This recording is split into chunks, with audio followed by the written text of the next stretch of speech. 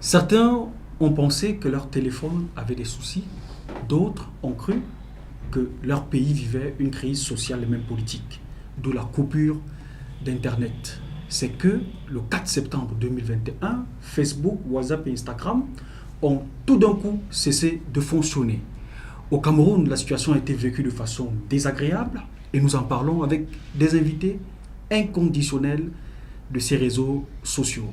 Je reçois M. Pekam Ernest. Bonsoir. Bonsoir.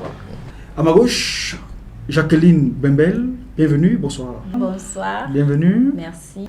À quel moment et comment avez-vous constaté que vos applications chéries ou bien préférées ne fonctionnaient pas? C'était pratiquement vers 19h. Je me suis rendu compte après un certain temps que je ne recevais pas de messages WhatsApp. Facebook n'était pas fonctionnel et avant cette heure, j'ai pensé que ma connexion était finie. J'ai dû refaire une connexion et jusque-là, à 18h, je me rends compte qu'il n'y a toujours rien. Il y a un problème là. Et quelques temps après, j'ai reçu un message d'un opérateur qui me faisait savoir que ces réseaux ont des problèmes, qu'il y a des dysfonctionnements depuis quelques heures. Et c'est là où j'ai tout de suite compris pourquoi il y avait ce problème. Bon. Et vous, Jacqueline Bembel, Oui. comment est-ce que vous faites le constat que vos applications ne fonctionnent pas comme d'habitude? C'est à 16h que je me rends compte, dans l'heure de la coupure exacte, que je me rends compte qu'il y a problème. Parce que j'étais en train de préparer une direct pour 16h30 et là, subitement, tout ne passe pas. Je vais sur mon Facebook et sur mes pages que je contrôle et tout, rien. Je quitte, je vais sur mon WhatsApp, pas de notification et rien. J'appelle un collègue pour lui demander et tout. Il me dit ça passe parce que lui travaillait sur un site web. Je m'étonne, je reste encore là peut-être 10 minutes après. Je vais recharger parce que je suis sous la pression de mon direct et tout. Il faut travailler, il faut attendre, Je vais recharger et ça passe pas toujours. C'est là que je me rends compte qu'il y a vraiment un problème. Ok. Et je suis là, j'attends et tout. Et du coup, vous avez vécu un après-midi compliqué, difficile, pas comme les autres? Bien évidemment, parce que jusqu'à cette heure, je savais pas, quand la connexion est partie, en fait, je savais pas que c'était général. Je me disais que c'était juste un cas pour moi et c'était une déception parce que je devais m'entretenir avec mes internautes, avec mes fans et subitement, rien ne va et tout. Imaginez un peu la pression que ça me met et tout avant de constater que bon, c'est général. Et lorsqu'on se rend compte que c'est général, ça veut dire que les autres n'ont pas aussi accès à la connexion et tout. Du coup, on s'est calmé et le stress diminue et ça s'en va. Ça finit en fait. D'accord. Avec Jackie, on a appris que cette coupure a eu une incidence sur ses activités. Est-ce qu'on dira de même pour vous, M. Pekam? Vous ne le dites pas si bien. Dans un monde essentiellement digital,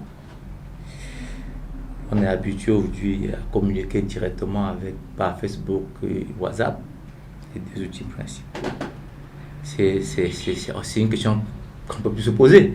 Imaginez toutes ces informations qu'on devait recevoir, qu'on devait envoyer, qui ont pris 2 ou 3 heures de retard. Vous pouvez imaginer les conséquences. Donc du coup, c'était difficile, très difficile même.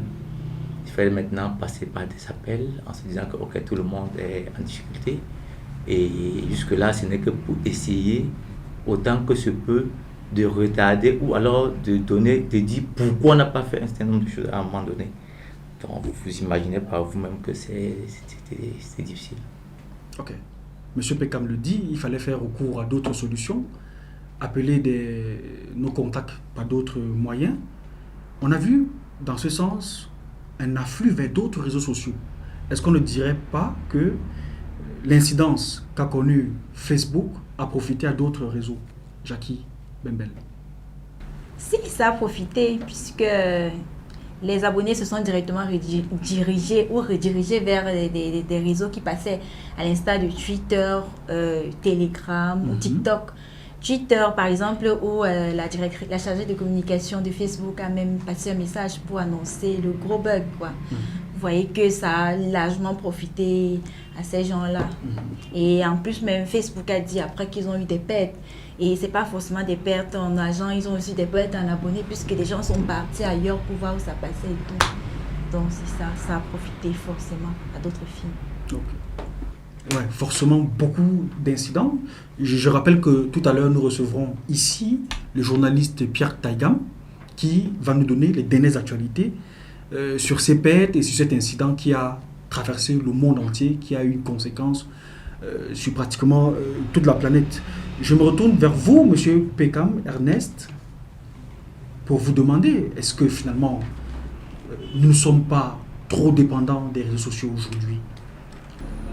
Bon, trop, je dirais pas, nous sommes quand même dépendants, mais pas trop. Dans le sens où on a encore quelques outils que l'on peut utiliser pour communiquer. Certes, nous sommes habitués depuis quelques années à utiliser abondamment et fréquemment les réseaux sociaux. La chance que nous avons, c'est qu'on a, en dehors de ces grandes firmes qui gèrent Facebook, WhatsApp, la chance d'avoir, je dirais comme ça, des Africains qui s'essayent dans ce domaine des TIC. Et hier, pratiquement, on a reçu le message d'un opérateur africain qui nous relançait de nous abonner sur ce concurrent de Facebook, de WhatsApp, que nous connaissons tous, Ayoba, qui rappelait qu'à ce moment-là, Arbo était fonctionnel et qu'il fallait aller de ce côté-là et échanger tranquillement. Donc, il revient à nous de savoir comment s'y prendre, améliorer notre quote-part sur ce marché. Des solutions alternatives, effectivement, nous en parlerons tout à l'heure. Mais avant, nous recevons, comme annoncé, sur ce plateau, le journaliste Pierre Taïgam, qui lui aussi a vécu cet incident à sa manière et en parlera avec nous. Mais Pierre Taïgam, nous interrogeons surtout sur les dernières actualités autour de cet incident. On apprend que le patron de Facebook est passé au Parlement américain. Qu'est-ce qu'il en est concrètement? Bon, notons d'abord que le bug d'hier a eu les incidences sur tous les plans, que ce soit sur le plan professionnel, les travaux en visioconférence qui ont été annulés, les opérateurs qui travaillent sur le digital, les community managers. Sur le plan relationnel, il y a eu beaucoup d'incidences et sur le plan personnel aussi. Parce que certaines personnes essaient de joindre leurs familles, les proches qui sont à l'extérieur. Et habituellement, c'est par WhatsApp, les deux réseaux de messagerie, WhatsApp et Messenger et les deux réseaux sociaux qui sont Instagram et Facebook. Donc directement, du coup, tout a été perturbé sur ce plan-là. Maintenant, sur un autre plan, Mark Zuckerberg, le promoteur de Facebook, a été entendu devant le Sénat américain. On n'a pas encore les résolutions. Ce n'est pas encore ce qui a été réellement dit. Toutefois, il faut noter qu'il a été entendu ce 5 octobre. L'ingénieur et ancien employé de la maison également a été entendu aujourd'hui par la commission commerce du Sénat américain. Elle aussi, on attend ce qui va ressortir de son édition devant le Sénat. Mais sinon, beaucoup de choses ont été dites. Elle a dévoilé beaucoup de choses, assez de choses sur ce qui se passe dans la firme. Donc, pour le moment, c'est ce qu'on peut noter. On parle aussi de beaucoup de pertes financières sur Facebook. Sur le plan financier. C'est vrai, ce n'est pas la première perte, mais c'est la plus énorme. Depuis la création de Facebook, c'est la perte la plus énorme. 6,4 milliards de dollars, c'est énorme, ça pèse. Et entre 16h et 23h, perdre 6,4 milliards de dollars en bourse, c'est pas insignifiant. C'est un grand montant et vraiment ça pèse pour la firme. Oui, ça pèse sur la firme, effectivement. Pour son image, pour son économie, pour tout, la firme est touchée sur tous les plans. On imagine que cela a eu beaucoup de conséquences sur les entreprises du monde entier. Oui, ce mardi, j'ai eu beaucoup de posts, que ce soit sur les différentes plateformes. Ils se plaignaient, les clients qui attendaient, qui devaient faire les annonces à cette heure-là. Vous savez, il y a beaucoup de firmes qui sont clients dans les entreprises digitales. Imagine-toi une entreprise qui était censée faire une communication, parce qu'il y a un plan de communication et c'est prévu au préalable. Parfois, c'est un mois avant. Tu es censé faire une communication entre 17h et 18h ou 17h et 19h. Du coup, un bug comme celui-là se produit. Ça chamboule tout. Donc, on peut s'attendre à des procès. oui, justement, on peut s'attendre à des procès, sauf que c'est sur le plan mondial. S'ils ont les bons avocats, bon, on laisse ça à la justice, ils sauront comment gérer. Toutefois, il faut savoir qu'il y a eu des problèmes entre opérateurs, clients, internautes. Tout le monde a été touché à son niveau. Tout le monde a été touché. Merci Pierre Taïgam. Aussi, il faut savoir que bon, ça a été touché. Depuis la nuit d'hier, entre minuit, on parle des opérateurs africains, on cite entre autres Ayoba, Onjos, les réseaux sociaux africains. Facebook ne s'est pas construit en 2 jours. On ne peut pas se lever comme ça, on dit que bon, comme il y a eu une panne technique à Facebook, les opérateurs vont se lancer. C'est un travail de longue haleine. Ils doivent se mettre au travail, et résolument au travail. On doit aussi interpeller les chefs d'État africains. Ils doivent trouver des alternatives. Comment créer des réseaux sociaux, des réseaux ou mettre des mécanismes en place pour renforcer les liens sociaux entre les populations. Alors, qu'est-ce qu'on retient de tout ce qui s'est passé le 4 septembre, M. Pekam, en tant qu'Africain, leader d'opinion? Est-ce que l'Afrique n'a pas de leçon à tirer de cet incident de Facebook du 4 octobre? Oui, M. Djimadi, vous le dites si bien.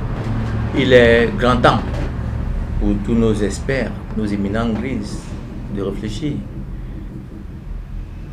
Pouvoir améliorer la qualité de ce type de service déjà existant. En l'occurrence, Ayoba, qui existe déjà. Est-ce qu'ils ont la capacité aujourd'hui de concurrencer, par exemple, Facebook? Si ce n'est pas le cas, nos gouvernants doivent pouvoir y penser. Parce qu'on doit avoir aussi, à notre niveau africain, une solution interne. Ça permettra d'avoir donc plusieurs possibilités au moment des difficultés ou des incidents comme ce qui s'est produit hier. Donc, il revient à nous et nous en avons les moyens. Nous en avons les moyens. Nous sommes capables de plusieurs choses, mais il faut avoir surtout la volonté et tout se passera bien. Parce que je pense que nous ne sommes pas loin de là. Nous ne sommes pas loin de là, mais il n'en demeure pas moins que l'Afrique marque des petits pas en matière de développement des TIC. Pierre Taïgam, que doit-on retenir au niveau du continent africain après cet incident qui a paralysé l'activité économique, qui a paralysé, comme vous le disiez, les rapports sociaux et tout ce que nous n'imaginons même pas? Qu'est-ce qu'il y a lieu de faire pour l'Afrique comme alternative? C'est bien d'évoquer la question d'alternative, mais il faut noter que le digital est un domaine très sensible parce que jusqu'ici, il est difficile de contrôler tout ce qui s'y passe. On va faire simple. La dernière fois, il y a eu un autre problème, toujours technique, qui a affecté les sites web dans tout le monde entier parce que c'est logé à un seul niveau en France. En février dernier, au Capitole, parce que Facebook fonctionne depuis les États-Unis, il se dit, et avec preuve à l'appui, que l'incidence du Capitole serait partie de Facebook. Tout serait parti de là parce qu'on a relâché certains algorithmes. Si déjà les États-Unis qui ont toute la technologie nécessaire ne parviennent pas à circonscrire ce domaine, l'Afrique est encore loin parce que nous allons puiser. Vous allez voir, à chaque fois qu'on veut parler d'un réseau social africain, on dit le WhatsApp camerounais, le WhatsApp africain. Si on doit se référer à WhatsApp pour parler d'un réseau social, c'est qu'il y a un problème. Si on doit se référer à WhatsApp ou à Facebook pour parler d'un réseau social africain, c'est qu'il y a un problème. C'est difficile. Maintenant, des alternatives, il y en a certainement. L'Afrique a des matières grises. Il y en a qui travaillent partout, en Occident, en Orient, en Asie, partout dans le monde.